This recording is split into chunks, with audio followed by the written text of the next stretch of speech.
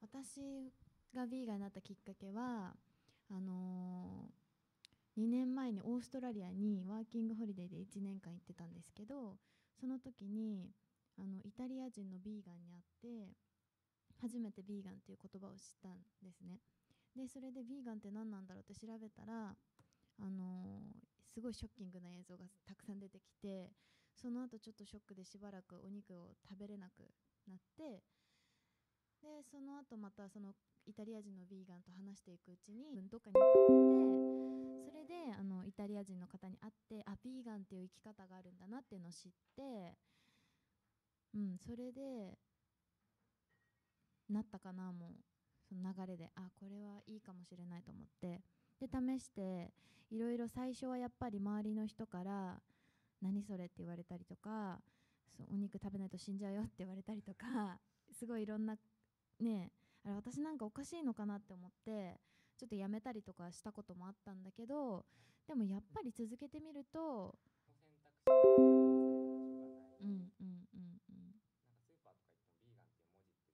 ないだからビーガンって見ると Clearly, the elevated cognition is not a mechanism for separating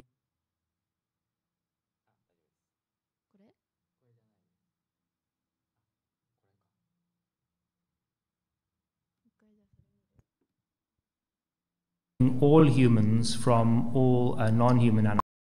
There are many humans that don't have these higher order levels of cognition, that are not self-aware. It's true of all human babies, but if you think you want to invoke a kind of potentiality argument and say that those babies have the potential to be self-aware, well, it's certainly not true of some babies, those who will never develop those capacities. It's also not true of those human beings that have lost the capacity of self-awareness or have lost the higher levels of cognition. They don't have this very feature which you are suggesting would differentiate humans from animals and thereby warrant the painless killing of the animals. If you thought that cognition, self-awareness, that these things really were what counts, then you would need to say that it is okay to kill humans who fit into the category of not being self-aware,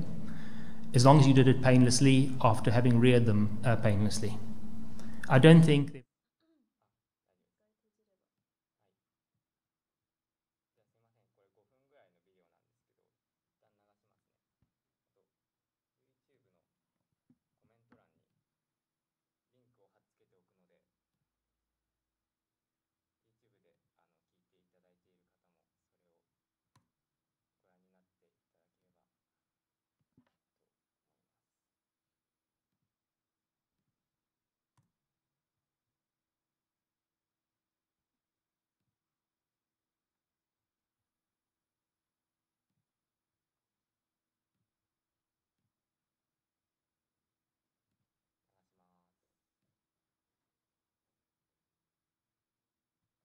You're sitting down at a beautiful table, enjoying the conversation, drinking fine wine, and eating a delicious beef stew.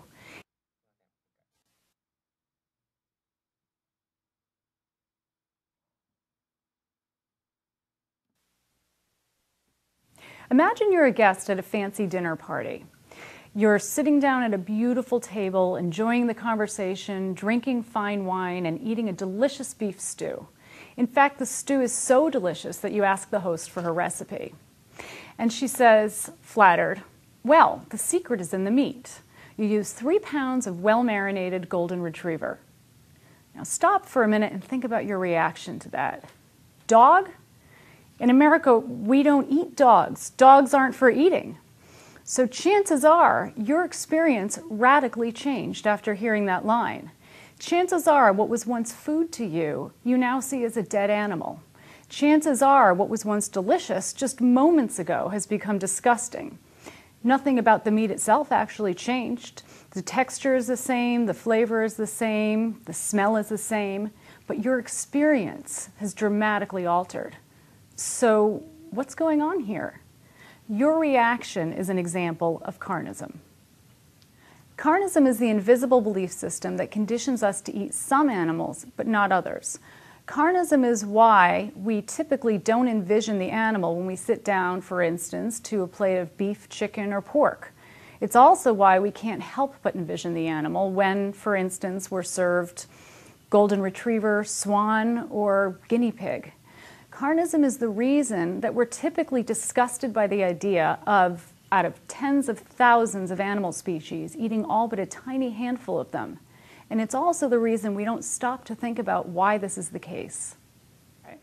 When meat eating isn't necessary for survival, it's a choice, and our choices always stem from our beliefs. But we don't see meat eating as we do vegetarianism, as a choice based on a set of assumptions about ourselves, our world, and animals.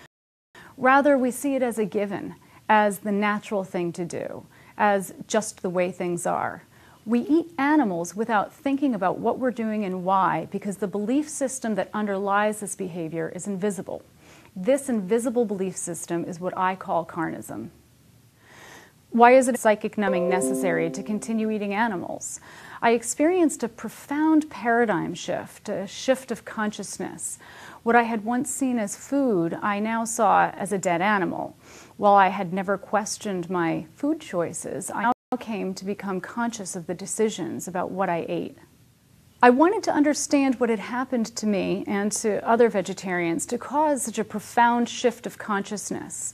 I wanted to understand how I had been able to spend my whole life as a person who truly cared about animals, to have eaten them, and to have never made the connection.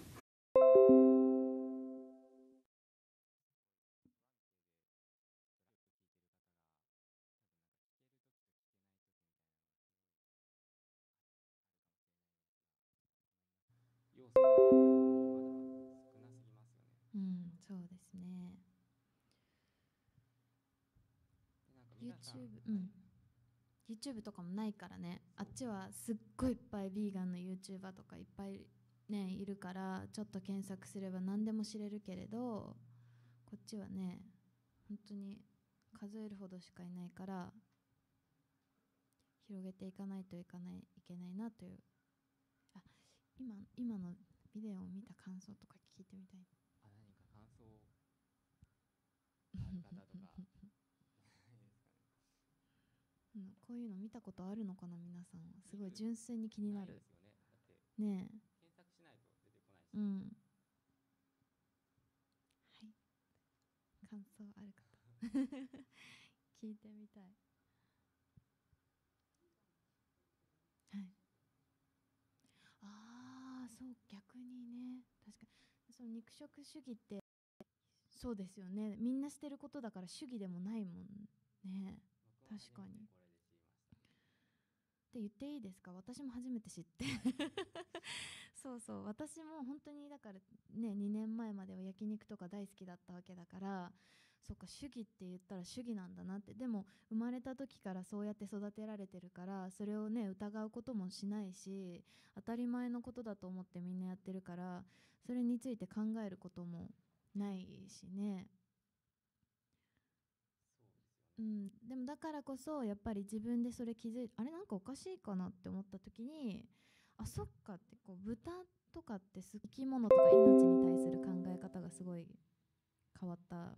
な、捉え方っていうか。そうですね。なんか昔から犬、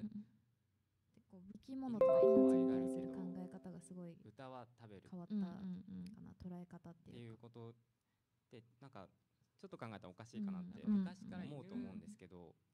生き物とか命に対するあ、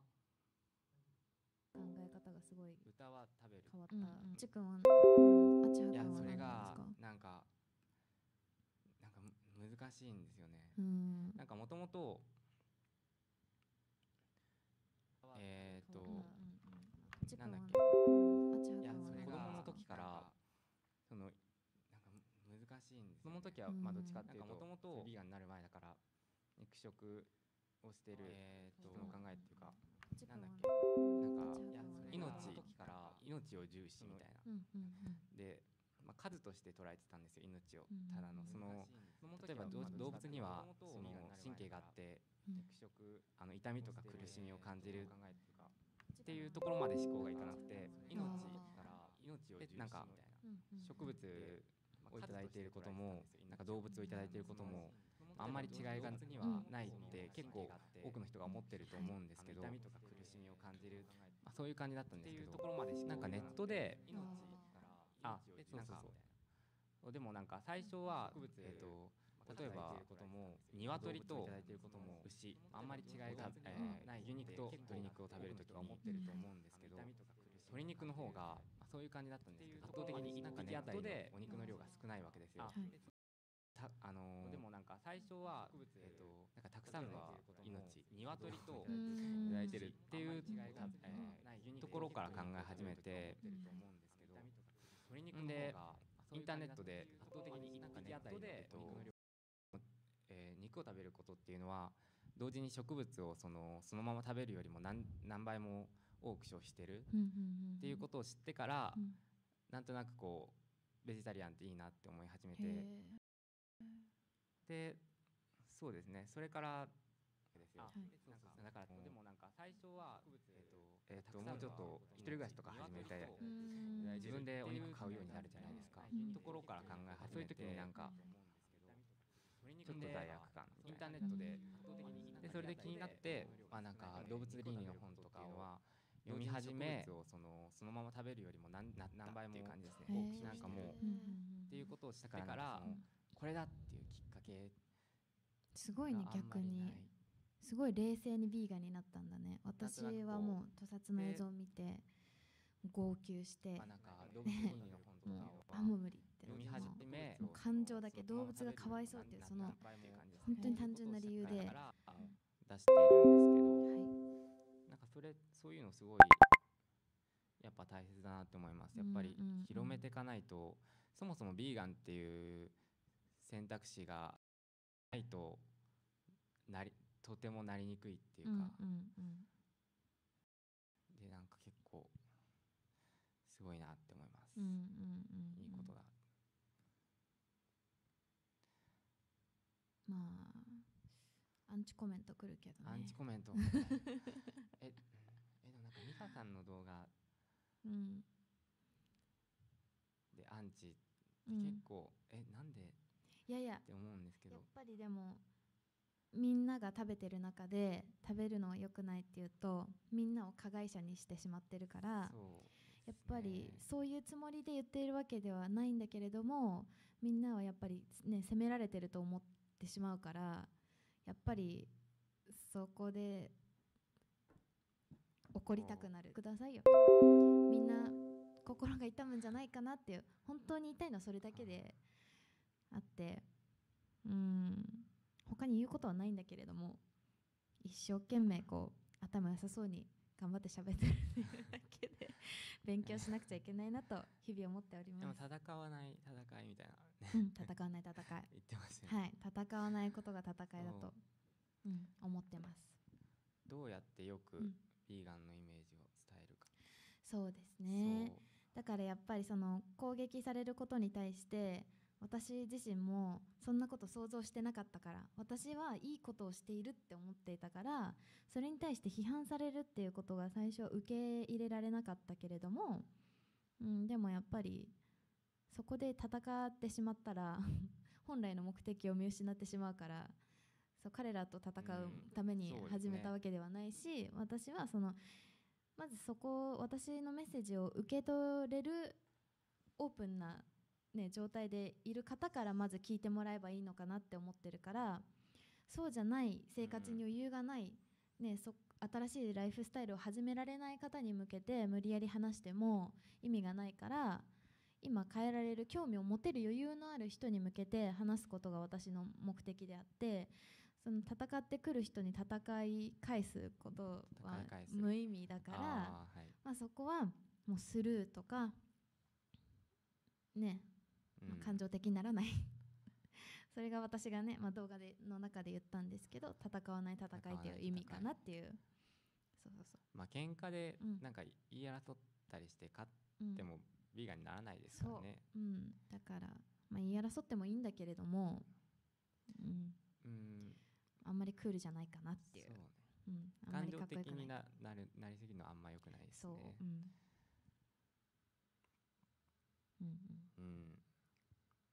でもそれ結構難しいですよね。なんか難しいです。なんかなんだろう、普通に相手を言葉で任す方が、ストレスもたまらないし、簡単だし、でもそれだとならないかもしれないっていう、なんかそのバランスみたいな、でもね、相手をね言葉で任せられないっていうのはあります。状況として。状況としてなんかそうね、でやっぱディベートだから、それ場数踏まないと、普通にねみんな一生懸命こっちを任そうとして勉強してコメントしてくるわけだから、私もそれをちゃんと返すには勉強しなくちゃいけないし、ただその時間を取ってないし、単純に任せられないっていう時もある。勉強すれば多分ちゃんと返せるんだけれども、私も別にディベートの訓練してるわけじゃないから、こんなこと言ってくる人がいるのかって思う時はあるし、それの答えは用意してなかったなって思う時も単純にあるから、その私の動画に来るアンチコメントからすごい勉強させられる時もあるし、本当にね意味のないなんか死ねブスとかだったら、もうそれはもうさようならって感じで、もうサクッと削除させていただくけど削除できるんですね。削除できるんです。動画の作り手は削除することができますので、そうもうそういう意味のない、ただ空気が暗くなるコメントは消します。でも意味のある議論になるようなものは全然アンチでも何でも取っておきます。なんかでも、どうぞどうぞ。そうなんかビーガンになるとなんか頭良くなくちゃいけないみたいな、なんかありますよね。ありますあります。すごい聞かれなんでって聞かれるし、いろいろこうあっちがポンポンと反論みたいな、例えば植物も生きてるとか、ライオンも食べるとか、なんかそれはなんかすごいベタな感じなんですけど、そういうのに一つ一つ答えないと、なんかなんだろう、みんなビーガンになってくれないんじゃないかみたいな圧力、わかりますわかります。プレッシャーね。なんかビーガン全体のなんか、全体からの期待やっぱりビーガンが日本に少ないからね、ここにビーガンがいたってことで、みんなねビーガンに対するいつも聞いてみたかったこととかをすごい聞いてくるから、そこでうまく答えられないと、私はビーガン代表として一人のビーガン候補を作れるか作れないかみたいな、これは私にかかっているみたいな、なんかビーガン代表みたいな意識ありますよね。ある、すっごくあります。だからなんかね、そんなつもりでなったんじゃないんだけれど、あまりにも日本でビーガンの人口が少ないから、やっぱりビーガンのこと語るときにはね、それがビーガンの言葉、ビーガン相違になってしまうからすごいしっかり喋らないとっていうのは本当にある。なんかそれでこううまくその説明することができなくて、興味を失われちゃうみたいな、やっぱビーガン間違ってるとか思われる、すごい怖いっていうのはありますよね。ありますね。だからそれこそビーガン関係なく、私の人格的問題でなんか他者からの評価が下がってしまった場合、ビーガンって嫌なやつだなとか思われてしまうんじゃないかとか、そういうことをね意識してるようになりますよ。なんかその普段のなんか全然ビーガン関係ない行動になんかそのでもこれビーガンビーガン代表としてね、人格者であるように努めようみたいな、ちょっとそれはね無理があるんじゃないかなと思います。だって私別にそんな頭いいからビーガンになったわけじゃないし、全てを知り尽くした上でビーガンになったわけじゃないし、今もわからないことたくさんあるし、本当に何にもわからないけれど、ただ屠殺の映像がかわいそうだし食べたくないっていう、本当にそれだけであって、多分誰か特別な人がなるものではないんじゃないかな、ビーガンは。そうですね、と思います。だって私みたいな本当なんでもない人がこういうところでお話しさせてもらうっていう状況自体が、もうただビーガンが少ないから起こっているっていうだけであってそう本当にそう活躍されてますから。いや全然、だからそれはもう少ない数が少ないからそういうことがね日本で起きているっていうだけであって、本来だったらもっとこうさ、頭のいい人とかさ、なんかこうプロフェッショナルな人とかがさ、こういう場でお話しするべきなんだろうけど、いないから、そもそもビーガンのプロフェッショナルも。そうですね。そう僕もっていうかビーガンが持っていたらこんなことしてない。そうそうそうそうなのそうなのなんか少ないからなんか仕方なく、うん仕方なくっていうかなんかでも増やしたいと思いはあるし、そうなんかそう自分の代わりに喋ってくれる人ってうん誰もいないから、いないですね。そう、うんそうなんですよね。そうですね。でもなんかいるだけで意味あるんじゃないかなって思ううん時ありますよ。その、うんなんかうん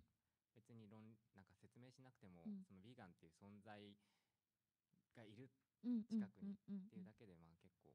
気になるしね、そう調べてみるかもしれないし、そうね、でそのビーガンが普通にこうやって生きてるっていうのを見るだけで、あ、ビーガンって生きれるんだなみたいな、もうその時点のあれだからその程度の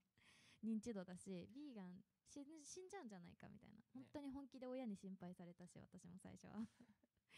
だからやっぱガリガリみたいなイメージあります。ガリガリで、そうそうそう、なんか拒食症みたいな、うんもうイメージうんで日本ではまだ結構うんありますようんね。あります。だからそれで自分でビーガンをやって2年経って、すごい自分が健康だから自分でも驚いたし、いかにこう今までなんだろうな、お肉を食べないとダメって言われて生きてきたか、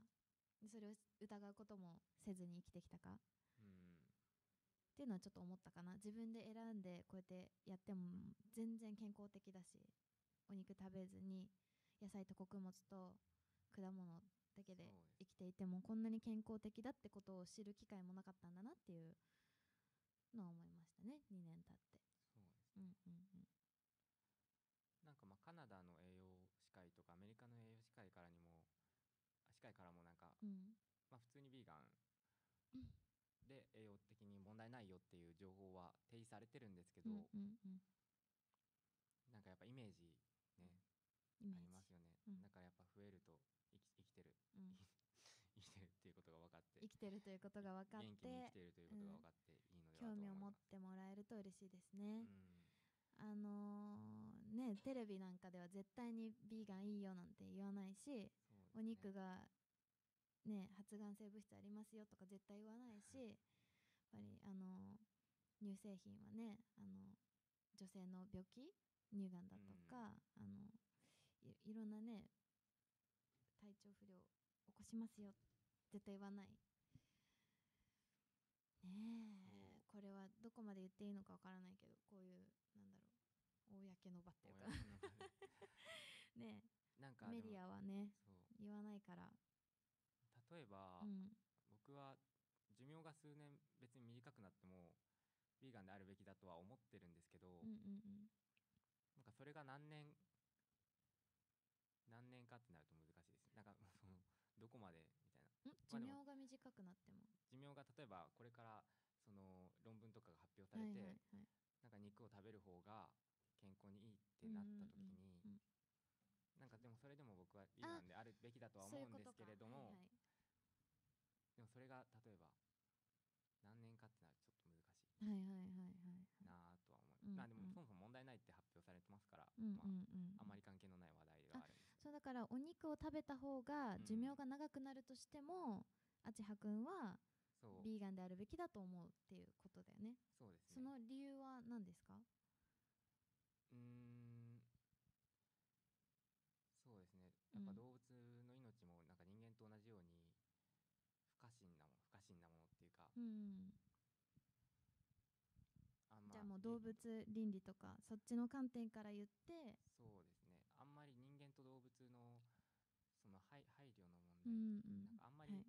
変わらないんじゃないかなと思って、例えばなんか不老不死の薬を作るために1000人の人間を犠牲にしてみたいな、じゃないですけど、そういうことしないじゃないですか。なんかあんまりその死にたくないために他の人間を殺すことってあんまり普段しないじゃないですか。その自分の目的のために、そういうのって別に基本的に動物と人間にその配慮の差ってあんまりないと思ってるんで、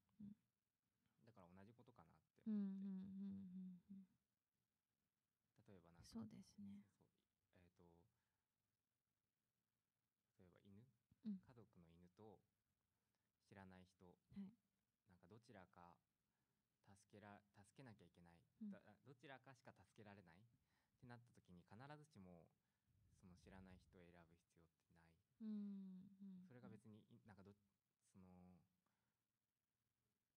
犬を助けることが悪いことでは全然ないと思うんですね、悪いっていうかなんかまあその状況的に、っていう感じかな。そういう意味でその犬と人間で必ずしも人間が偉くてその配慮されるべきだっていうことではないのかなっていうことをすごい思います。なるほど。お肉を食べた方が寿命が長くなるとはやっぱり思わないけれどもしもなったとしても私もそれでもビーガンでいたいし、ビーガンに向かってほしいなって思います。なんでかっていうとねえ、なんでそのお肉を生産されてるところを見れないのに食べれるかって言ったら、やっぱりそれはどこかの家庭でマジックをかけられてみんな育ってるから、見たら平気ではないのに平気だって教えられてきたから平気だと思ってしまっているんだと思うんですね、私は。それが平気じゃないって気づいた時に、今のメディアも平気ではないし、今の教育も平気ではないし、何が平気であって何が平気じゃないのかっていうのが自分で判断できるようになるから、その食肉っていうのはその入り口の一つであると思ってて、それが私は自分で気づいた時に、なんか世の中でいいってされてるものが本当にいいのか、それとも本当は悪いのか、どっちでもないのか、自分で判断できるようになった気がしてる、前よりは。なんかその常識をなんかそのまま受け止めないで自分で考えるっていう。だから例えば本当に今全然テレビ見ないからわからないんだけれど、この間久々にテレビを見て春馬富士が引退したっていうニュースをずーっとやってたのね、ずーっとちょっと家にいたからずっとテレビがついてて見てたんだけれども、本当に心の底からどうでもいいなって思って、引退するならすればいいし、なんかカラオケのねマイクで殴っただのリモコンで殴っただのどうでもいいし、そんなの本人たちしか知らない話だし、そんな喧嘩だから人だから喧嘩だってするし、本人同士の問題だから聞いてみないと分かんないし、それを世間の人とかメディアの人がギャーギャー騒ぎ立てて朝から晩まで誰が殴った誰が殴ってない、誰が何言ってる何言ってないとか騒ぎ立てることに何の意味があるんだろうっていうのを前は思わなかったの、疑わなかったから。だけれどそういうものだって思ってたから、そのニュースのね行方をこう見守っていたわけだけれども、今はそんなことよりもっとやるべきことがあるんだろうともっとね大事なことがあるでしょと、今日人が何人死んだんですかと、動物が何人死んだんですかと、そんな大事な問題があるのに、なんでこのお相撲さん同士の喧嘩をずっと流しているんだろうって本当に思って、で今までそういうことを疑おうとしなかったけれども、こういう考え方になれたのはやっぱり肉食の矛盾に気づいてビーガンになったのが本当に大きなきっかけかなっていうのはすごい思う。考え方が変わったなって。そうですね、普通であることを疑おうみたいな、そうそれはすごくもちろん今まで楽しんでたことも楽しいし、普通に全てが180度変わったわけではないけれど、特にそういうそのなんだろうな、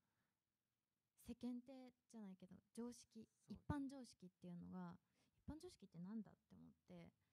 ちょっと考え直すようになりましたね、最近は。すごくそのまま受け止めるんじゃなくて一旦考えてからっていう、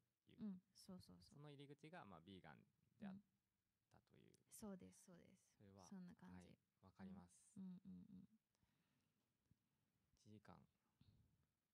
た。もう1時間経ちました。1時間経ちました。1時間っていうかね、なんか最初すごいあれだったんで10分か15分ぐらい消費しちゃったんですけど、そうですね。じゃあちょっと1本次の動画を見ましょう。はい。よいしょ。そうだ、リンク貼らないといけないんだ。YouTube で聞いていただいている方は今リンクを貼るのでそちらからご覧になってください。今聞いていただいてるんですか？聞いていただいてないですか？わかんない。4人が視聴中。3人。でも1人そこですからね。そっか1人私か。やばい。でもこれ録音残りますから、まあそこから広がっていくのを、はい、きちっと、いうことでリンク貼ってください。リンク貼りました。はい。動画見てます。結構これ大変だな。なんか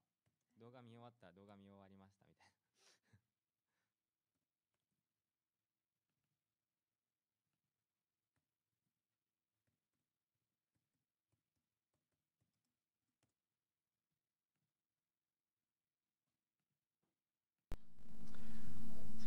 Thanks. So there is a distinction, I think, to be drawn between whether meat should be off the menu and whether we should eat meat. But I think that may be too pedantic a distinction for our purposes. The way I've understood the topic is to put it,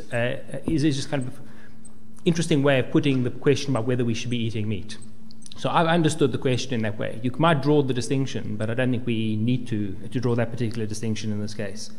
There are lots of good arguments for why we shouldn't be eating animals, for why they should be off the menu. Some of those are environmental arguments, which Brett has eloquently presented to us. Others are health arguments, which we've heard some about this evening. In general, it is a healthier lifestyle, both for the individual consumer, but also for our species, because there are lots of diseases, infectious diseases, zoonotic diseases, that originate from animals and jump the species barrier to humans, and they do so because of our consumption of meat, especially on a large scale. And we could avoid these sorts of problems. But I want to focus on what I take to be the heart of the ethical question, and that is to say our treatment of animals themselves. And there are millions of animals, billions of animals in fact, many billions of animals that are killed every year for human consumption. Let me focus just on South Africa. In South Africa, well in excess of 1 billion animals are killed annually for food, after having lived lives of misery and torment. That's 2.6 million pigs, 2.9 million cattle and calves, over 6 billion sheep, lambs and goats, 1 billion broiler chickens,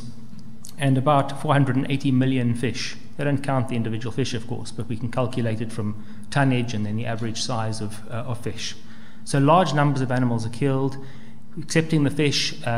most of them have suffered unbearably during the course of their lives. It's interesting that in the debate tonight, there seems to be agreement that the suffering is unacceptable. And I'm not going to therefore focus on the suffering.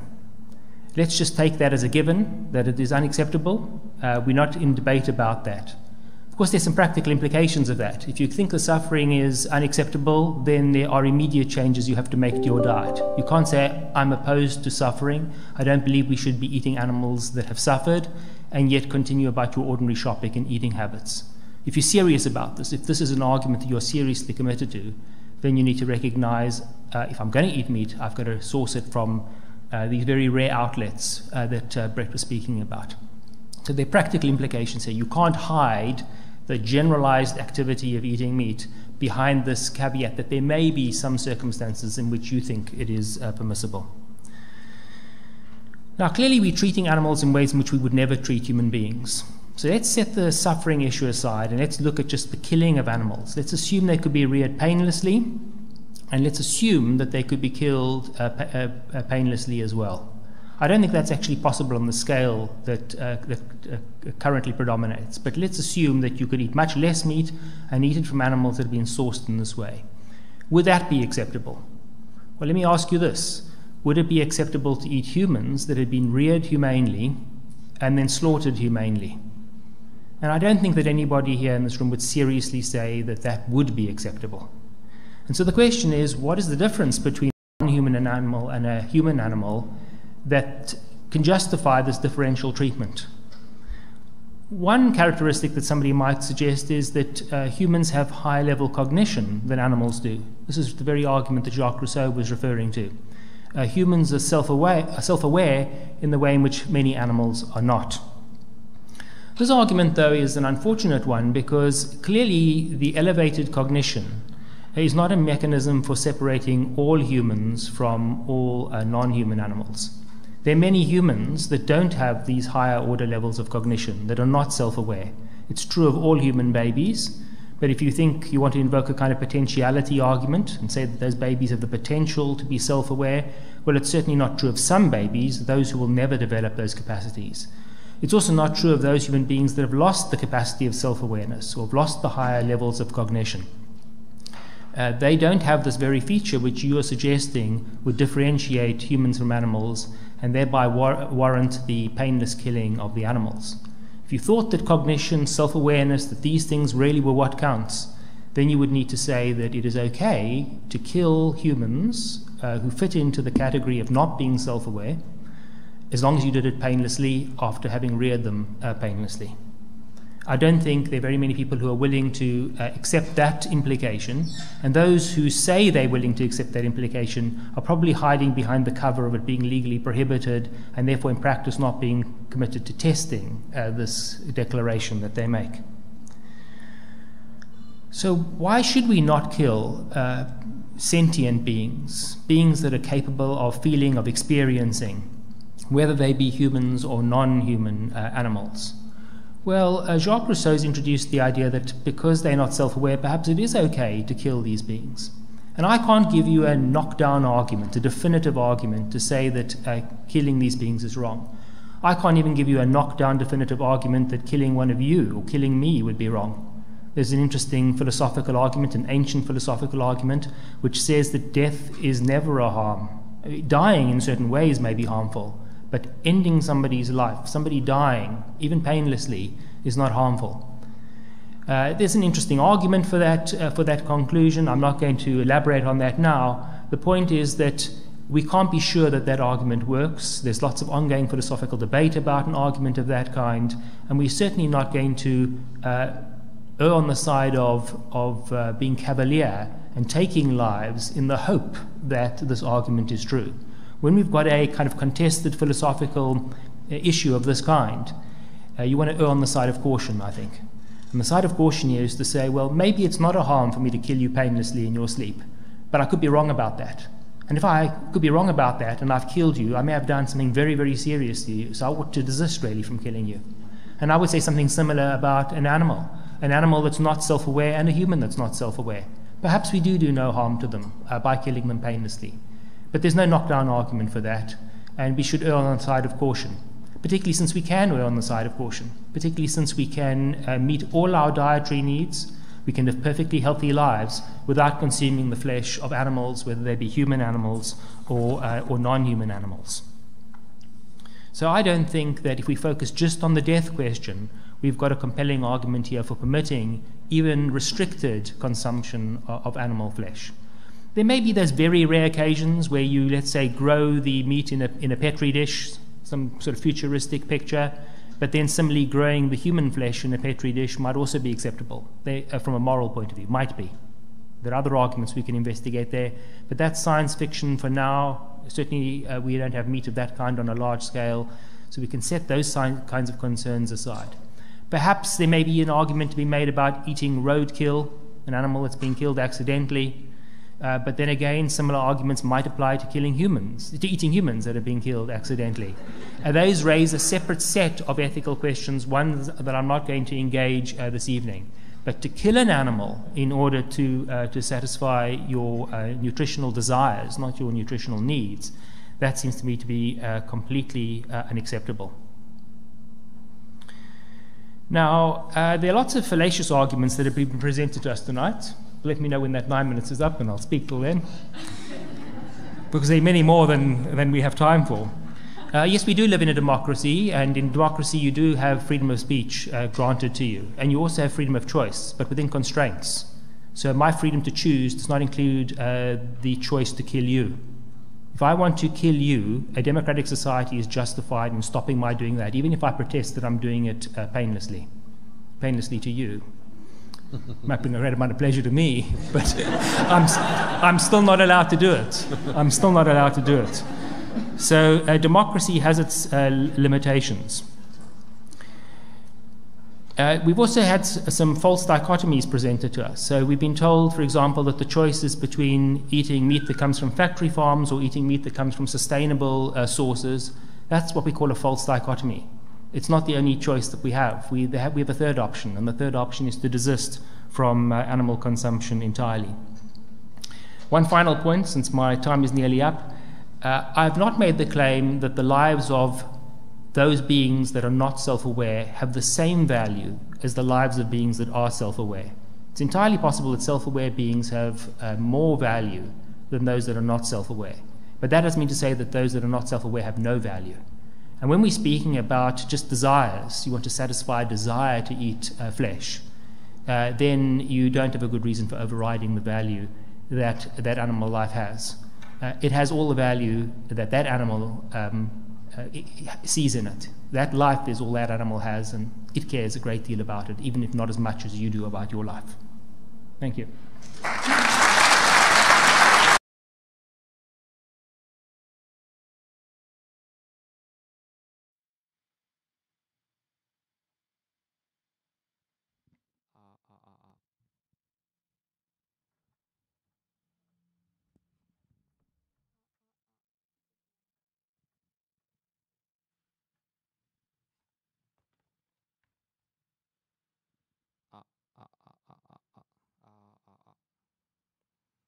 はい、大丈夫です。なんかちょっと動画の音とこっちのマイクから入っている音とか、その通知の音がの音量が違いすぎて、聞いてる人がすごい耳を痛めるという問題が大変。マイク入ってるかなこれ。ちょっと今の動画は映像に変化がなくてちょっとごめんなさい。皆さん飽きちゃったんじゃない？そうですね。大丈夫かたまにしか動画見終わりましたって。はい。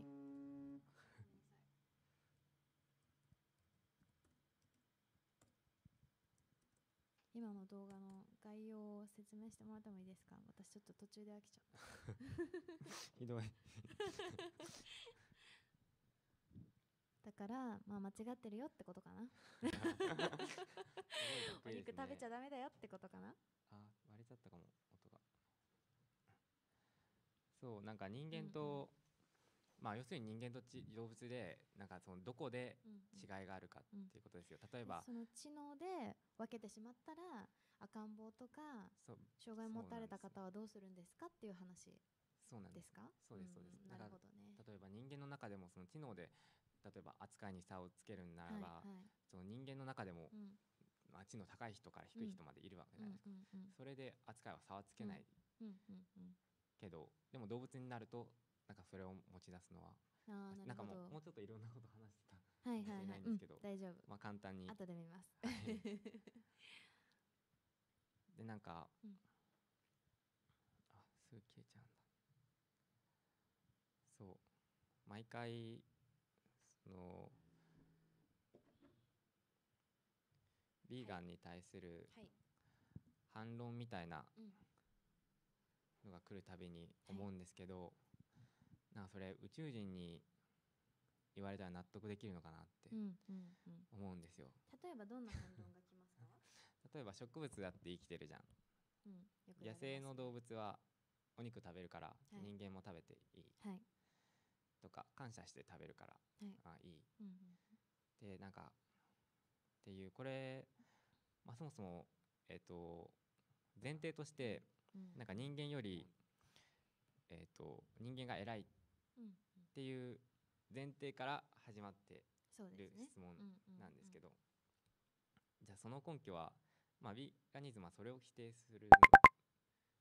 ので、ごめんなさい、この通知の音めちゃくちゃうるさいらしいです。ごめんなさい。何なんだっていう話です。耳キンってなっちゃう。ちょっと今通知のLINE 切ればいいんだ。切ってください。すいませんでした。でなんかそういうコーナー作ろうと思って、なんか宇宙人を論破してみようみたいな、なんか人間を食べる宇宙人をなんか誰かに、ここにいらっしゃってる方はビーガンについてはご存知ですか？どういうテンションで入って皆さんが聞かれてるのか全くわからないから、私も今日このあちはくんに呼ばれてきたんですけど、皆さんはこの外のあれを見て中に入られたんですか？いや、そんな感じかな。なんかやってるみたいな感じだから、もう今何の話してるのか全然わかんないかもしれないよ。いきなり宇宙人に言われても。ビーガンを軽く説明。ビーガンを軽くビーガンっていうのは動物からの搾取、人間以外とかのをからのそのに対する山岳教諭を可能な限り減らそうっていう生き方を実践する人のことで、まあ、ベジタリアンにも含まれるんですけど、まあ、動物性のものをできるだけ避ける、ミルクとか卵とかも同時に食べないっていう人たちのこと、毛皮も買わないし消費しないライフスタイルで、でもやらないです。いや、なんかこれちょっとそうなんですよ。でもこれ宇宙人じゃないんですよ。てかラジオで聞いてる方全然伝わらないと思うんですけど、人間なんですよ。今あちはくんが変な仮面をかぶってちょっとどうしたらいいか分かんない状態なんですけどでなんかダイソー3件行ったけど、ね、なかったんです。ダイソーに宇宙人いませんでした。しょうがないしょうがない、はい、それは視野がせっかく持ってきた狭いかもしれない。んだからちょっと聞いてみたら、せっかく来てくださってるからちょっと質問聞いてみたいしあ、逃げちゃった帰っちゃった強制しないです大丈夫です、無理やり答えさせよう。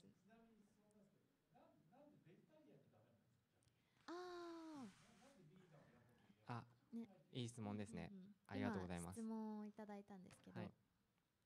ベジタリアンじゃダメなんですかと質問をいただきました。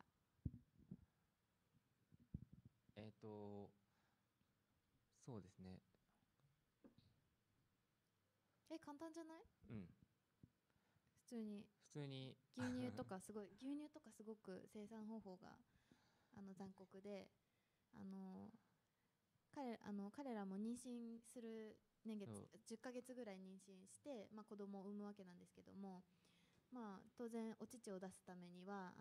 牛の赤ちゃんがお乳を飲んでては人間が飲めないじゃないですか。なんでその子供と引き離すんですよ。でその子たちはまたメスになったらお乳が出るまで育つんですけど、オスの場合は不要になってしまうので、その時点で屠殺されてお肉になったりだとかして、でその人工授精なのでお乳が出なくなったらまた子供を作って産ませての繰り返しなんですね。でそれで、牛の寿命が確か2、30年ぐらいあるんですけど、まあ、すごいストレスがたまるので、その過程でももちろん子供を引き離され、また産んでは引き離され、その繰り返しなので、そのストレスで本来の寿命のまあ3分の1ぐらいしか生きることができず、まあ、お乳が出なくなったそのお母さん牛はその時点で屠殺されてお肉になってしまうという、その生産過程がまあちょっと残酷かなっていう。そうですね。まあ、卵もそんな同じような感じで、ミルクを飲んでると結局その根本原因じゃないですけど、なんか止められないし、そもそもなんか動物を使っていいっていう考え方には変わりがないみたいな、そうですね。ことですね。そうですね。馬車もダメです。良くないです。馬車もダメです。基本的に人間のために利用してストレスを与えたりとか、そういうことは一応否定する感じで。だから奴隷がダメなのと同じ感じですね。はい、刺激してはいけない、私たちのために働かせてはいけない。まあただそうですね。もちろんペットショップとかもダメなんですけど、すごく繁殖をさせて結構殺処分とかも売れ残りで出てしまうので、ストレスを与えるし、まあ、ただそのビーガンの人が犬を飼ってはいけないのかっていうと、その例えば保育所じゃないわ保護犬とかをその保健所で殺害されてしまう前に受け取って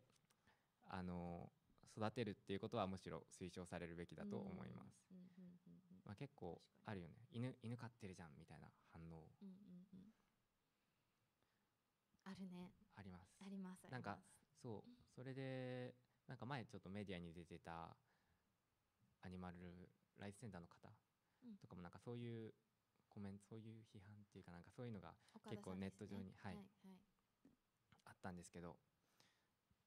そうですね、現時引き取って点で実現可能な限りで動物を搾取しないっていう、そうその今の時点で私たちが犬を引き取らなければ保健所で殺されてしまうだけなので、それは致し方なく飼っているけれども、本来は彼らが住みたいところに暮らすべきであって、そうですね今の時点ではそれが実現不可能だからしているっていうだけであって、はい、そう理想的にはなんか緩やかにいなくなるっていう、うんなんか人間の社会からいなくなるっていうのがまあ理想的かなって思います。うんうんうんうん、でどっかこうね、うん、なんかそうですね、だんだんまあこう数が日本じゃ難しい減らしていってっうんうんうん、ていう感じ。人工繁殖されてるからね、そうですね犬も猫も。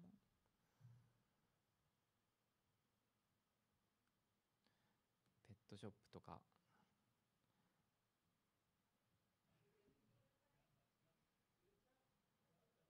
そうですね。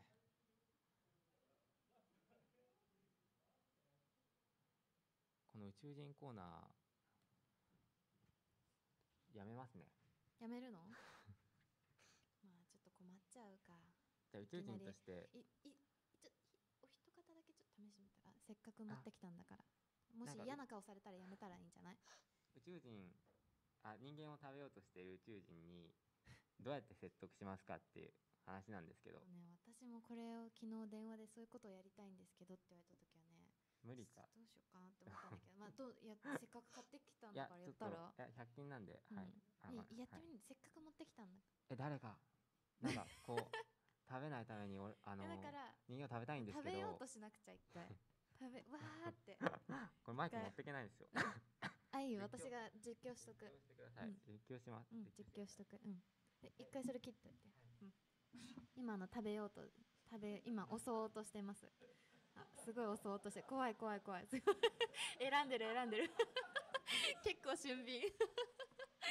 すごい、みんなどうしたらいいかわかんない。これどうするのこう食べちゃうぞみたいなさ、宇宙人そんな喋り方、そんな感じ今宇宙人はお腹が空いてるから食べたいってなんか言ってます。人間は美味しいし、伝統として人間をちょっとさらう文化がすごい、なんだろう、2光年ぐらい前から2光年2光年ぐらい前からの伝統だそうです。私実況中継して気にしなくていいよ。皆さん聞こえてるのかな？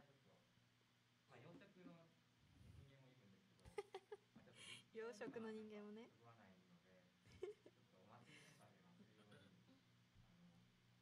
野生の人間を、はいはい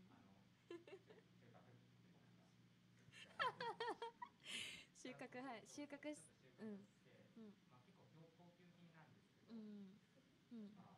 高級品だね。野生はやっぱり鮮度がね。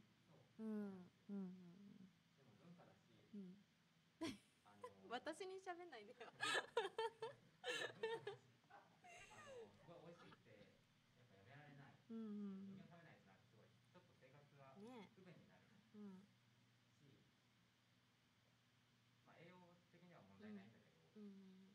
何がライオンも肉食べるし、植物も生きてるから人間もまあ変わらないし、それなんかこう聞いてみたな、なんかこうどうこれ結構あれ大変じゃないですか。めちゃくちゃそうだけど、その姿でなんかずっと語られても見てる人もなんかどうしたらいいのか、どう語りかけることでちょっと考えてもらいたいんだ。なるほど、そういう意図があったんですね。はいはい、わかりました。わかりました。はいはい。今この恐怖を感じた上で食べられるかもしれない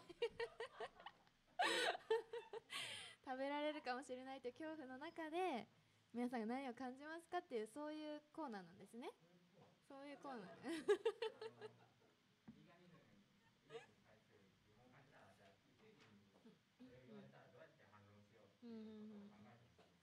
なるほどね。はい、いいと思います。面白い面白い。いいんじゃないですか、もうなかなか良かったと思います。今何言ったっけ？今何を言いましたっけ？その論っていうか、その宇宙人の言い分として、宇宙人の言い分としては、美味しいし、美味しいし、伝統だし、2光年やってきてるし、養殖もいるんだけど野生もたまには養殖お祭りのために生贄だっけ、なんか捧げなくちゃいけない、それは野生じゃないといけないんでしょ。だからやっぱりちょっとね、たまには収穫したいみたいなことをおっしゃってましたよ。あ、そうですね。はいはいはい。どれから説明しようかな。皆さん多分頭入ってないんじゃないかな。何この人としか思ってなかったんじゃないかな。そうなのかな。すごい、だから私はそうか、芸術大学だからそういうね、そういう面白いことやり始めるんだなって思ったけど、来てみたら意外となんか、ちょっとごめんなさい、昨日急遽あれしたんで、いいんじゃないですか。伝統であるということに対して、ここから自分でまた反論し返すの。自分で、じゃあ僕が宇宙人をちょっとさっきの挙げたやつから説得してみると、伝統であるっていうことについては、伝統とかって必ずしも正しいわけではなくて、そうなると、人食いとかもね、人食い族とかもう伝統であるし、奴隷商人とかもね、伝統が正しいのはずっと残るべきだし、食用も同じことですね。なんか職を失う人がたくさんいるっていうことに対しても、そうなると奴隷商人とか畜産業者の方が明日からいきなり肉食廃止っていうことにはならないんで、こうどんどんこう適応可能な速度で変わっていくとは思うんですけど、そうですね。じゃああなたは伝統だからといって伝統だからといって正しいわけではないし、という反論ですね。そうですね。職を失うからといって変な伝統いっぱいあるしね。転足とかさ、転足、足ちっちゃくしちゃうやつとかさ。じゃああなたは痛いじゃん、痛い。それがその時は良かったのかもしれないけれど、それを今もね、伝統だからお前やれって言われたって嫌だし、伝統は美しいかもしれないけれど、今考えてそれは必要ないって思うんだったらやめればいいんじゃないですかね。なんか時代にルールが追いついてないみたいな感じ。時代にルール。それがその時は良かったのかもしれない。なんで笑っちゃってんの。さっきのなんか自分で言ってること分かんなくなっちゃった。大丈夫。恥ずかしくないです、全然。これは恥ずかしくないです。はい、大丈夫です。よかったです。そうですね。じゃあなんだ、あとなんだ、伝統だからと2光年やってきてるからも伝統だからだもんね。だからずっとやってきてることが正しいっていうわけではないし、変わってきますから、伝統ってだんだんなくなったりするし、伝統だからって言って必ずしも守らなきゃいけないわけではない。昔からずっとやってきてるかといってね、そうすると何の人間同士の差別とかもずっと解消されないままだし、という感じです。はい。あとは宇宙人の言い分は何でしたか？ライオンかな。ライオン肉食獣のあれについてはどう思いますか？肉食をする動物、肉食動物が肉食することについてはどう思いますか？肉食動物が肉食してるんだから人間が肉食してもいいんじゃないですかっていうことですね。よくある質問ですね。よくある質問。あとはそれはどう思いますか？まず肉食動物は人間と違って味を楽しむためじゃなくて生きるために食べているので、より切迫してこの自分の命かっていう問題なんですね。人間はただ美味しいからっていう栄養は必要ないので、選択できるっていうことですね。選択できる。人間は選択できるけれど肉食を選択している。肉がなくても生きていける。オプションがたくさんあるのにしている。次にそうですね。次になんかその人間以外の動物って基本的にこれが道徳的に正しいかどうか判断する能力ってないので、選択できるっていうことですね。人間がその人たちと同じぐらいのレベルの理性ではないじゃないですか。多くの人が典型的なオプションがたくさんあるのに、あとなんだっけ、あとそもそも肉食獣は肉食をしないと生きていく体の作りになってないんですよね。栄養的に道徳的に正しいかということを判断する能力って、あとは何だろうな、人間がその人たち食獣を、正しいことの基本にするならば、だからライオンを正しいことにするならば、ライオンって他のライオンの群れを奪った時に、なんか1歳未満ぐらいの子供を、その前リーダーだったライオンの子供を全員殺しちゃうんですよ。でそういうのも人間に当てはめなきゃな、当てはまなきゃいけなくなってしまう。肉食をするんだったら前の旦那の子供を全部殺すこともまあ問題ない、まあ自然だからみたいな。奪った時に、まあそもそも自然ってことが道徳的に正しいっていう根拠は全然ないですから、ライオンの子供を全員殺しちゃうんですよ。あとなんだっけ。でそういうのも植物植物も生きてるんじゃないですかっていうのを言ってますね。肉食をするんだったら植物、前の旦那の子供を全部、ビーガニズムが主題にしていることはが何を尊重したいかっていうと、なんか生命自体ではなくて苦痛とか苦しみを感じる快苦を感じる能力なんですよね。だから命であるというだけで必ずしも尊重されるべきとはならない。例えば意識がない、なんか消しゴムかわいそうだからこすらないとはならないじゃんっていうのと同じ感じで、もしもしも今全然科学的根拠はないんですけど、植物にも何かそういう苦しみに似た反応が見つかったとして、必ずしもお肉食べることは植物もたくさん消費するので、まあそれが肉食を正当化する根拠にはならないかなっていう、でもそもそもなんかそうですね、苦しみを感じるとしたら余計っていうか余計ではないかビーガンになるべきだよって思います。科学的根拠はないんですけど、そもそも植物に何かそういう苦しみに似た反応が見つかったとして、必ずしもお肉食べることは植物もたくさん消費するので、まあそれが肉食を分かんないってやつですね。正当化する根拠にはならないかなっていう。でもそもそもなんかそうですね、苦しみを感じるとしたら余計っていうか余計ではないかビーガンになるべきだよって思います。そもそも苦しみに似た反応が見つかったとして、お肉食べることは植物もたくさん消費するので、それが肉食を分かんないってやつですね。正当化する根拠にはならないですね。でもそもそもなんか苦しみを感じるとしたら余計っていうか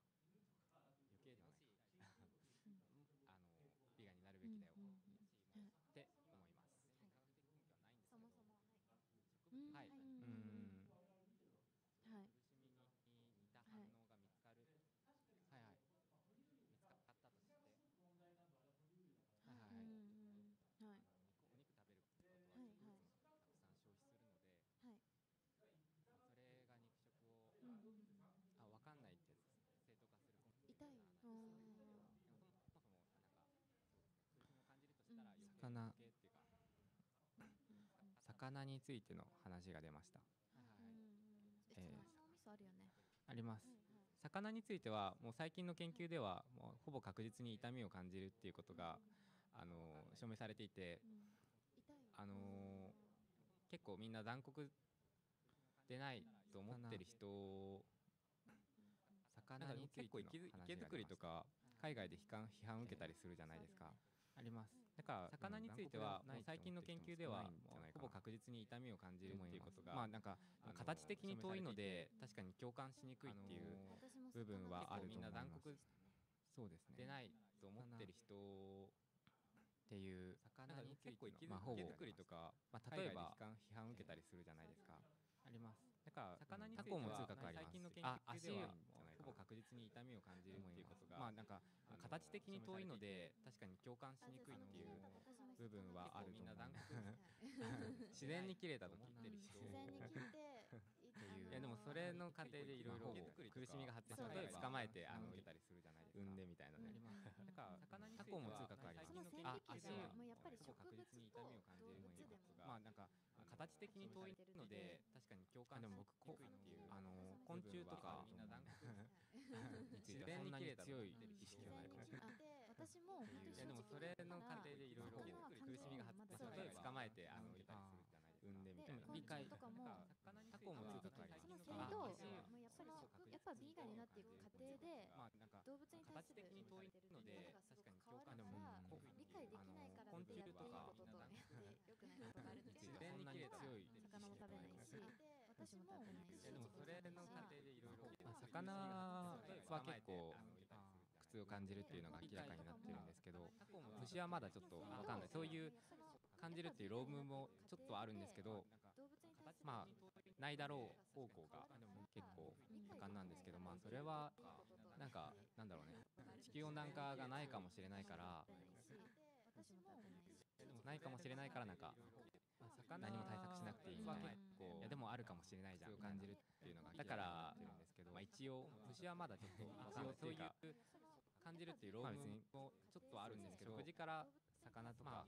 ないだろう虫とかを外すことって結構簡単なので簡単なんですけど、簡単だし殺さないで生きていくことも可能なので、地球温暖化殺さない方がベターかなからそのかもしれないだけでは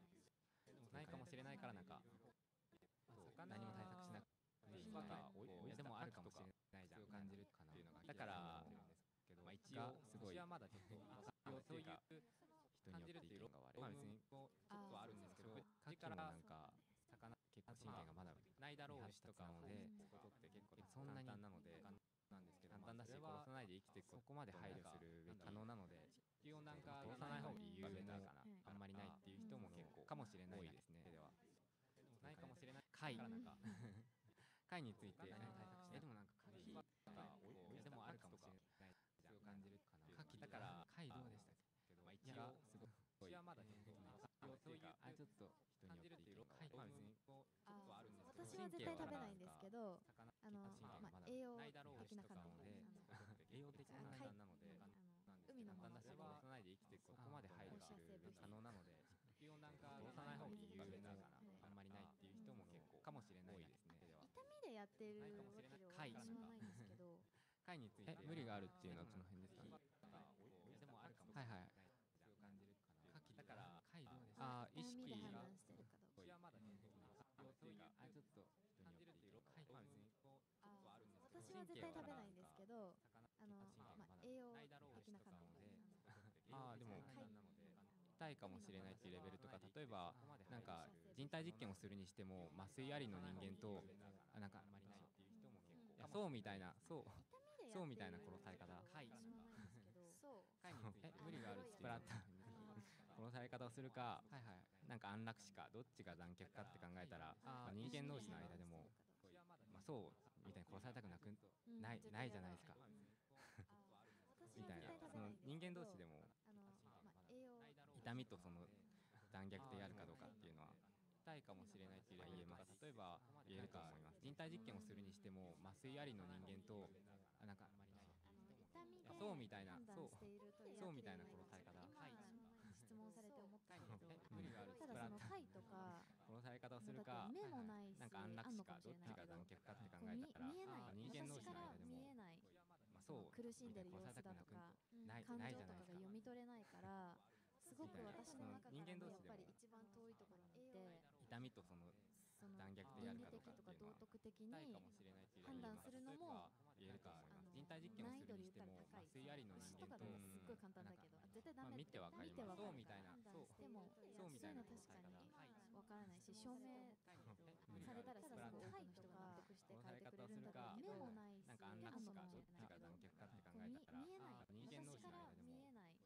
そう苦しんでる様子だとか感情とかが読み取れないから、すごく私の中からやっぱり一番遠いところにいて、痛みとその残虐でやるかどうかっていうのは道徳的に痛いかもしれないっていう判断してもそうみたいな確かに貝の方がわからないし、証明近いですね。近いっていうかなんかないじゃないですか。読み取れないから、植物にはそもそも神経がないから痛みを感じる仕組みとか意識とかが客観的な証拠が何もないし、貝は貝っていうか牡蠣貝についてそんな語れないかもしれない。そう貝について僕もそんなに調べてなかった。ちょっと私も貝について勉強してきます。牡蠣がどっちかっていうのは貝は客観的な証拠に委ねすごい教科書についてそんな語れないかもしれない。そう貝について僕もそんなに調べてなかった。ちょっと私も貝について勉強してきます。牡蠣がどっちかでも虫っていうのは食べていいって説明するのすごい客観的な証拠に委ねすごい教科書についてビーガンって言葉便利だから、そうタイについて僕もそんなに調べてなかった。ビーガンって言ってるみたいな。一応定義的には蜂蜜とか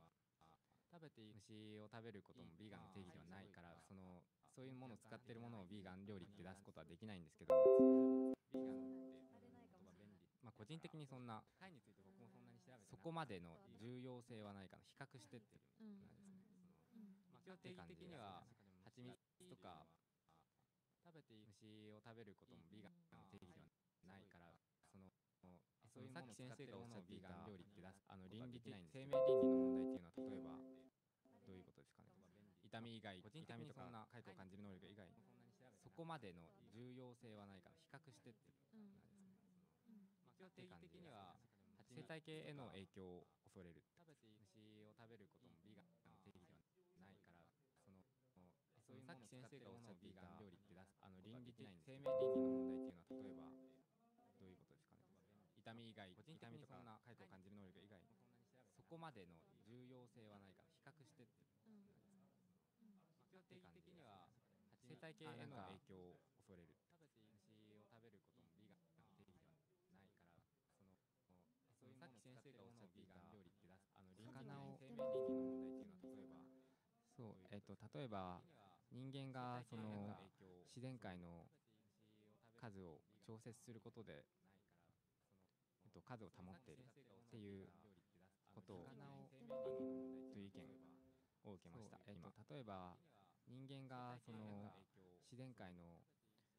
数を調節することで、そうですね、なんて数を保っているっていう名詞をことを、そもそも天然の魚ってそんなに市場に出回ってなくて、今例えば全て養殖が多いんですね。それで問題となっているのは、なんか結構抗生物質とかを海にたくさん投与して、それが結構環境破壊の原因になったりとか、そんなに市場に出回ってなくて、今例えば全て養殖がそもそも多いんです。自分たちで増やして、それで問題となっているのは食べているので、結構抗生物質とかを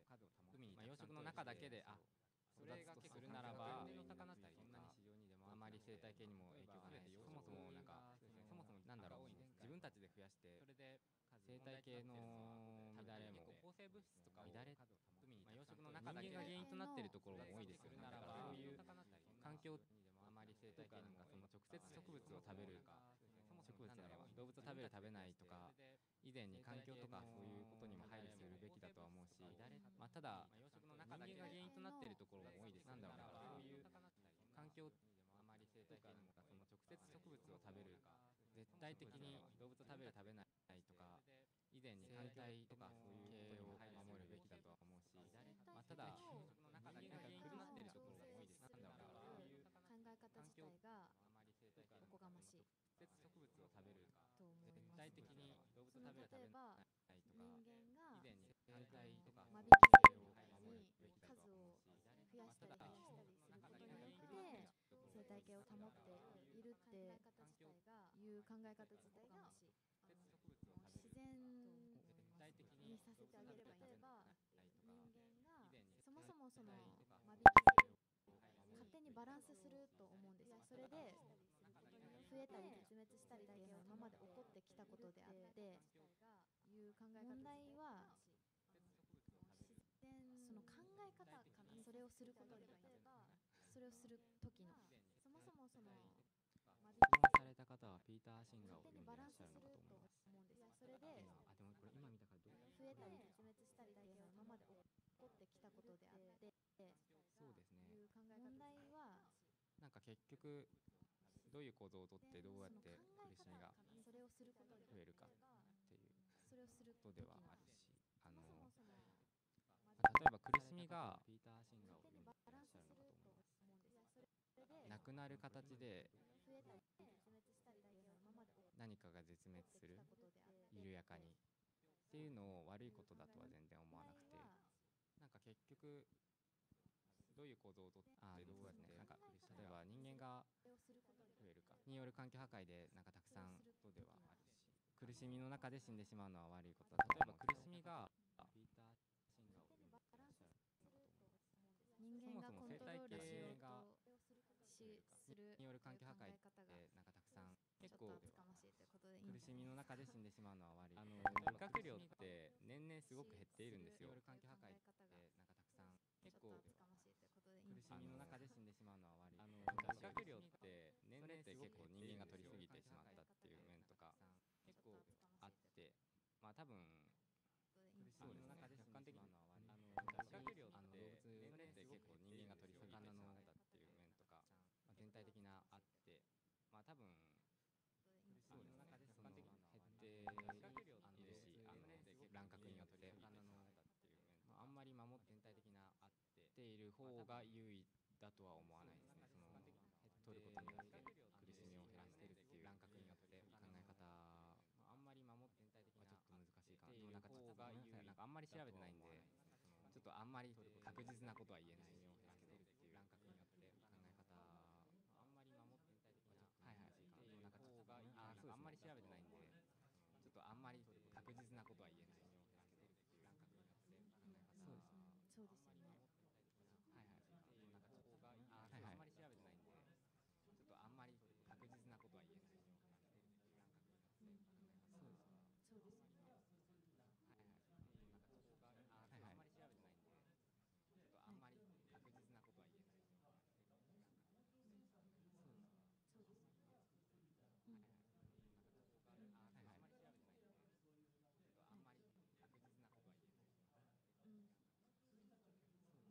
うん。うん。うん。はいはいあんまり調べてないんでちょっとあんまり確はい。実なことは言えないですけど、うん。はい。うん。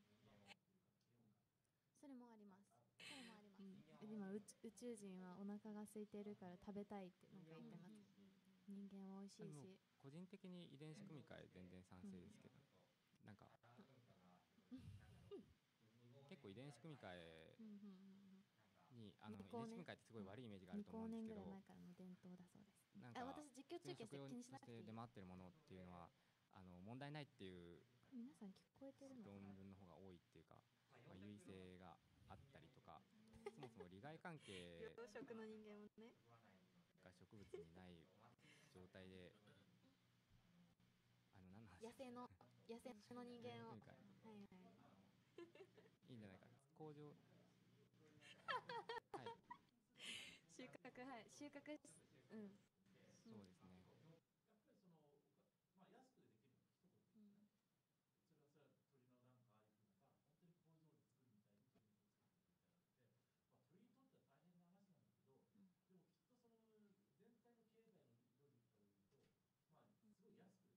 そうですね。うん。そうですね。うん。うん。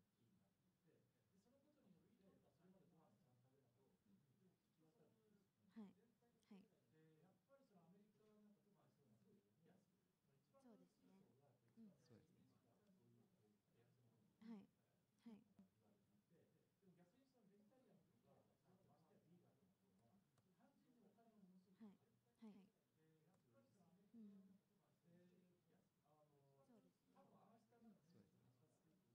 はい。うん。そうですね。うん。そうですね。うん。はい。はい。うん。はいはいはい。はい。そうですね。にうん。うん。はい。うんうんうん。肉食。はいはいはい。はい。そうですね。はい。うんうんうん。肉食。はい。そうですね。そうですね。そうですね。はい。うんうんうん。肉食。はい。そうですね。そうですね。そうですね。うん。そうですね。うん。だからみんなが食べれるようになったというのは確かにいいことなのかなって思うのかもしれない、思うし、経済ですからね、ビジネスですから、やっぱり儲けるところに人は行くし、それは仕方ないかなとは思うんですけど、お水とか穀物、それこそそれも植物ですけど、やっぱり儲けるところに圧倒的な量が必要なのは仕方ないかなとは思うんですけど、屠殺できる規格のサイズになるまでお水とかその彼ら食べるわけじゃないですか。それをずっと与え続けるためにお水とか穀物が相当量無駄になる。牛肉1キロを生産するために穀物10キロが必要になる。その10キロがあれば人が45人食べれるっていうその効率とかを考えた時にその食肉ってすごく効率が悪いんですよ。で今その確かに前より庶民はお肉を食べれるようになった、先進国の庶民は。ただ食べれない国の人たちもいるんですね。でその国で確かに生産された穀物を使って先進国でお肉を食べられるようなシステム。ただ食べれないだから今食べれない人たちが食べられるようになるためには単純に肉食をみんながやめて植物を食べればいいんじゃないかなって。ただ食べれない考え方では今食べれない人たちが食べられるようになるためには単純に肉食をみんながやめて植物を食べればいいんじゃないかなって。ただ食べれない考え方では今食べれない人たちが食べられるようになるためには単純に肉食をみんながやめて植物を食べればいいんじゃないかなって。そうですね。そうですね。なんでその絶対量を増やせるんですよ。その食肉をやめることによって植物の生産量が増える、お水も使えるようになるってなった時に私たちはもっと植物を育てて多くの人間が食べれるようになる。なんでその今のその土地の使われ方としてその植物の生産なんか大部分がその家畜用の穀物を育てることに育てるための土地になってしまっていて、全体的なそれなんかその穀物をそのまま人間に与えられるかって言ったらそうではないんですけど、違うものなので一応ちょっと遺伝子組み換えされていて大部分がたくさん家畜用の穀物を効率化をそれも求めているので出るための土地がものなんですけど、その土地の問題として畜産とか全体的な畜産のための穀物を作ることっていうのはその穀物をそのまま人間に大量の土地を使っていて土とお水とって言ったらあとエネルギーなんですけど違うとあとそうですね環境汚染とかも踏んでいるので大部分がたくさん使ってそのなんだろうみんなが食べれることを考えるならばお肉をやめるべきだし、効率化なんですけどその土地の問題結構として畜産とかなんかそういう需要がたくさん高まる中で穀物を作る効率化っていう目的に向かうことはそのまま人間に大量のしょうがないことなんですけれども、結構目先の利益だけというかあとエネルギーなんですけどもうちょっと長い目で見るとしょうがないことなヴィーガンとかベジタリアンのライフスタイルの方が利益だけというか人間も救うのではないかなというヴィーガンとかベジタリアン思いのライフスタイルの方がなんかそういう批判っていうかなんかそういう反論っていうのもすごく大切だと思うのではないかなという2人でヴィーガン同士で喋っていても思います。なんかお互いになんかそういう100%批判っていうかなんかそういう反論っていうのもすごく大切だと思うのではないかな。絶対的にこれが喋っていてもなんかそうですね。なんかお互いに批判の中でなんかそういう100%批判っていうかなんかそういう反論っていうのも大切だと思うのではないかな。絶対的にこれが喋っていてもなんかそうですね。なんかお互いに批判の中でなんかそういう100%批判っていうかなんかそういう反論っていうのも大切だと思うのではないかな。中でそういう100%批判っていうかなんかそういう反論っていうのも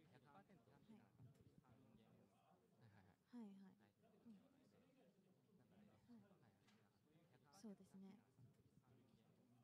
はいはい。そうですね。はいはい。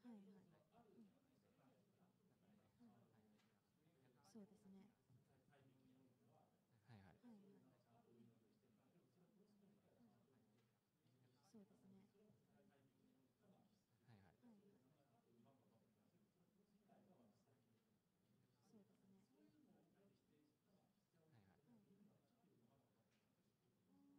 でもそれは人間がそれらの3匹の豚とかよりもでもそれは配慮されるべきでないっていうそれらの3匹の上に出てきた論ではないですか。それが例えば人間であっても適用されるかっていうのを考えるっていうそれらの3匹の上に出てきた論ではないですか。それが例えば人間であっても適用されるかでないと考えるっていうそれらの3匹の上に出てきた論ではないですか。それが例えば人間であっても適用されるかでないと考えるっていうそれらの3匹の上に出てきた論ではないですか。それが例えば人間であっても適用されるかでないと考えるっていうそれらの3匹の上に出てきた論ではないですか。それが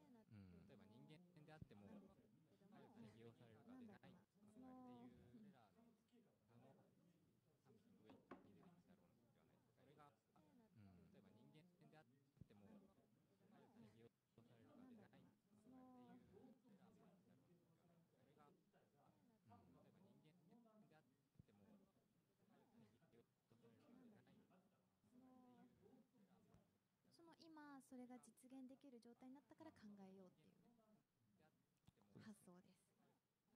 その時はできなかったかもしれないけれど、今はできるから。で、今ももちろんできない人もいるけれど、私たちみたいに考える余裕のある人、例えば今人間を殺していいのだろうか考える余裕がありますよね。それなった時に同じ理屈を動物に当てはめて見る余裕があるんじゃないかっていう、殺していいのだろうか考える余裕ができない。例えばそのお祭りでその村で3匹の牛を、命をいただいて、その聖なるものとして崇めてありがたくいただくっていう文化がきっとあったのかもしれないんですけれども、今私たちはそれをしなくても動物の神聖さを感じることができるんじゃないかって考え直したのかもしれない時期になっているんじゃないかなっていう。今私たちはそれによって私たちは動物を聖なるものとして崇めれば命を奪ってもいいっていう理屈なんですよね、きっとその行為をするときは。ただそれって本当にいいのだろうかって考え直してもいいんじゃないかなって。留学したこともあるんで、はい、ビーガンとか結構多いですはい、よね。どっちかっていうとほとんど大学関係者ってベジタリアンかまたはビーガンぐらいの勢いだから、そういうのはすごく一般化してると思うし、もうちょっと広がればいいなっていうのは分かんなくもないけど、はい、でももう一つ一方で割と共通してるのは、あんまりでも彼らはビーガンになりましょうみたいなことを言わないんですよね。はい、要するに勝手にやってますみたいな。だから一緒にレストランに行ったら僕はちょっとビーガンだから食べ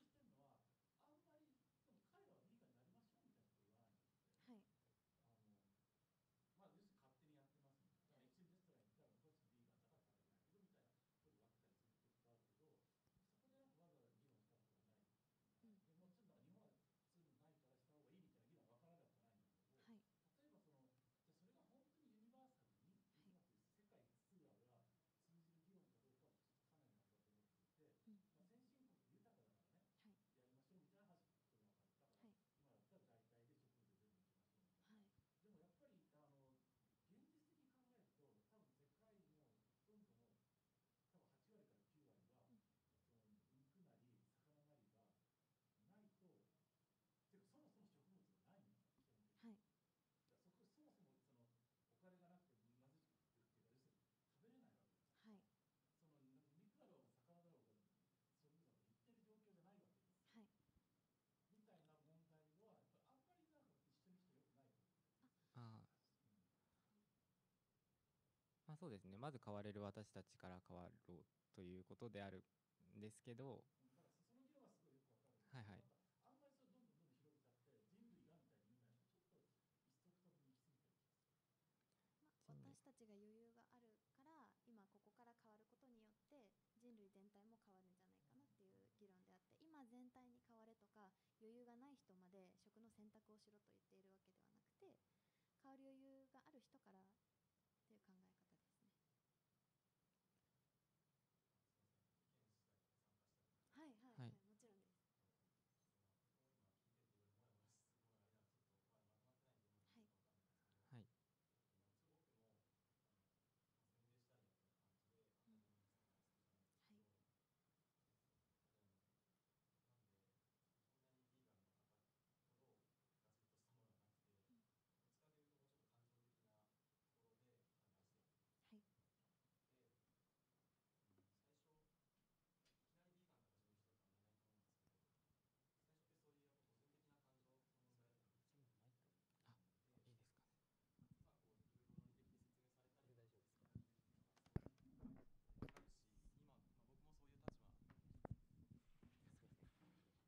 僕も今そういう、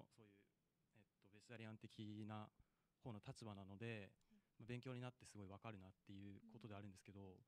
多分そのミートイーターの人たちからすると話は理解できるけど全然時間が湧かないとか、そういう、一応今日最初きっかけとか話してたんですけど2時間のトークなので、結構長くて途中から結構深くなってしまって、多分途中からいらっしゃった方は何の話をしているのかわからないと思うんですけど、途中から来たんでなんかうんうん、最初の方聞いてなかったんですけど、きっかけは私は本当に多分同じような理由で、やっぱ感情的なところですよね、判断としては。で僕もその目の前に鶏がいてそれを締めて自分で食べられるかって言ったらできないなと思って、それをその実感のところがまず重要だと思うので、なんだろう、僕もこういうベジタリアンとかビガニズムって広まってくれたらいいなとは思うんですけど、やっぱ個人個人がそういう体験をしないと多分変わらないので、それを仕向けるっていうのがまず一番重要かなと思うんですけど、そうですね。きっかけを与えるじゃないけど、最初から論理でなんかこれだからダメなんだよって言って、それが筋が通ってたからといっても別にならないみたいならないし、話としては理解できるけど、自分の生活を変えるほどではないかなみたいな今ので思い出したのはね、割と学校教育でいつも小学校で豚を飼って飼育して最後に食べるっていう授業をやった先生がいて、映画にもなったし、結構これすごい話題を呼んだ。で子供たちやっぱもう辛いわけじゃないですか、食べるっていう